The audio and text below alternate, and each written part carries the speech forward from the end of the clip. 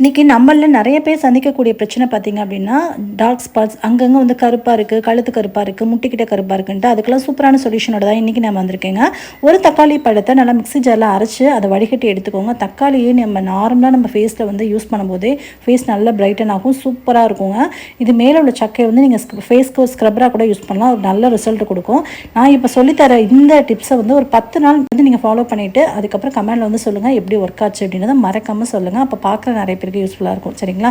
இப்போ இந்த தக்காளி கூட வந்து பார்த்திங்க அப்படின்னா ஒரு 1/4 ஸ்பூன் அளவுக்கு தேன் வந்து நம்ம ஒரிஜினல் தேன் தான் கலக்கணும்னு எந்த அவசியம் இல்லை. இது கூட நம்ம சுகர் கூட கலந்துக்கலாம்.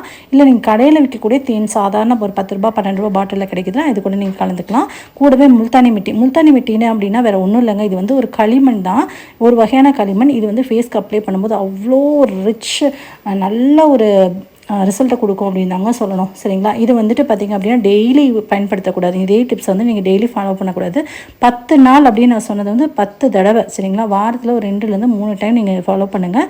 அதே மாதிரி 10 தடவை நீங்கள் ட்ரை பண்ணிவிட்டு எப்படி இருந்துச்சுன்னு சொல்லுங்கள். இதை நல்லா இந்த முல்தானி மிட்டி தேவையான அளவுக்கு எடுத்துகிட்டு அது கூடவே நம்ம எடுத்து வச்சுருக்க தக்காளியும் தேனையும் இது கூட நல்லா மிக்ஸ் பண்ணி பேஸ்ட் மாதிரி அரைச்சி எடுத்துக்கோங்க. கொஞ்சம் நேரம் ஆகிறப்ப திக்காகும்.